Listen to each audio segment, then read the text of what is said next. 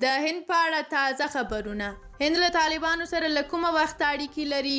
پاکستان او طالبان له هند سره څه کول غواړي؟ د هند هدف څه دی او تازه ملا هیبت الله نریندرا مودي ته څه لیکلي دي؟ زهر کشات دا ټول په ویډیو کې وګورئ.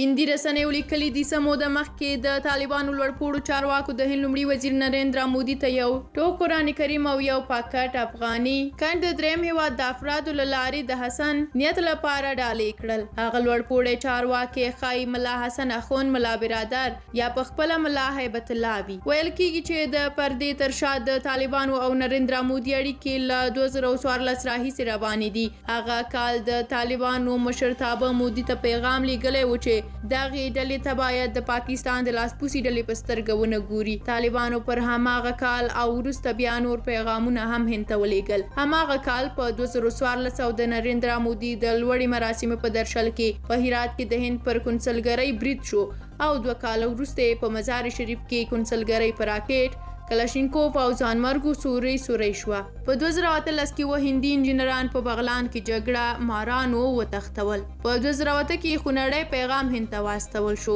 چې تر 40 زیات پکې ووژل شول او تر 100 زیات ټپیان شول. د هند یو ارشد ډیپلوماټ او د سفارت 4 کارکونکي په وژل شویو کې وو. پر هندي انجینرانو د برید پر کال د هند تمویل شوی پروژه او ډیپلوماټیک مرکزونه د طالبانو یو مهم ماموریت وو. په 1990 لسیزه کې هغې ډلې د هند مسافر وړونکي الوتکې په تښتولو سره هغه هیواد ته تریخ پیغام استولی و. له دې ټولو سره د دواړو اړخونو ترمنځ ښکاره او پټې اړیکې نیول کېدې. په دوحه کې هم طالبان او هندي چارواکي په اړیکه کې وو. د تیر کال د اګست په وروستیو کې عباس ستانکزي چې طالبان تازارک ته رسېدلي وو په دوحه کې د هند له سفیر سره ولیدل. دا اړیکې تر ډیره تکتیکي او له ناچارې وي. دغه تکتیک اصلي لوبغاړی اسلام آباد دی. کابل ته د هندي پلاوي وروستی سفر د پاکستان له رضایت او سپارښتنې پرته شونی نه و. په داسې حال کې چې د پاکستان سفیر په کابل کې وایسریایي کوي او له بهرنیو ډیپلوماټانو، افغان سوداګرو او نورو طالب چارواکو سره د هدایت ورکولو په موخه ګوري. هند د اسلام آباد له رضایت پرته کابل ته نشي راتللی. پاکستان دغه تکتیک د طالباني امارت رسمیت پیژندلو لپاره اړین ګڼي او په ورته وخت کې که د هند او طالبانو ترمنځ اړیکې څو ګامه مخکې لاړې شي د هند او دودیزو متحدانو ترمنځ به شکونه راپورته کړي. د هند لخوا دغه جوړجاړي د منلو لامل هغه موخې دي چې دغه هیواد په افغانستان کې تعقیبوي. پرته له دې چې کابل کې څوک واک ولري، هند زموږ په هیواد کې 2 مهمې موخې ساري. لومړی دا چې په کشمیر او هندوستان کې فعالې ترهګرې ډلې دلته د روزنې او تمرین ځای ونه لري یا لږ تر لږه هند په افغانستان کې د هغوی تحرکات وڅارلی شي.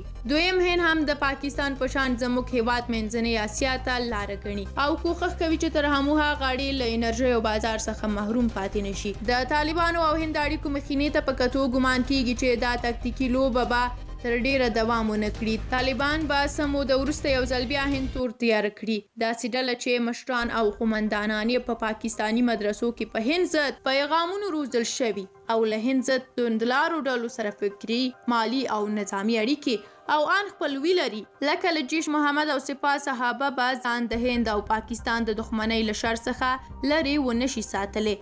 له شک پرته که اوسني 2 اړخیزې اړیکې د هند د سفارت د پرانیستو سبب شي، په هغه هیواد کې نورې ډلې به له طالب ځواکونو خفه شي. په پایله کې له طالبانو سره اړیکې به په افغانستان کې د هند د لا انزوا سبب شي. له طالب ضد ځواکونو سره د هند د اړیکو کمزوري کول به په یو پاکټ کند، یو ټوک قرآن او یو څه ډیپلوماسۍ پاکستان ته خورا ګټوره معامله وي. ستاسو هم نظر په دې اړه مهم دی. خپل نظریات په کومنټ کې لیکلی شئ. تر بیا او بلې ویډیو ښه وخت ولرئ. الله مو مل شه.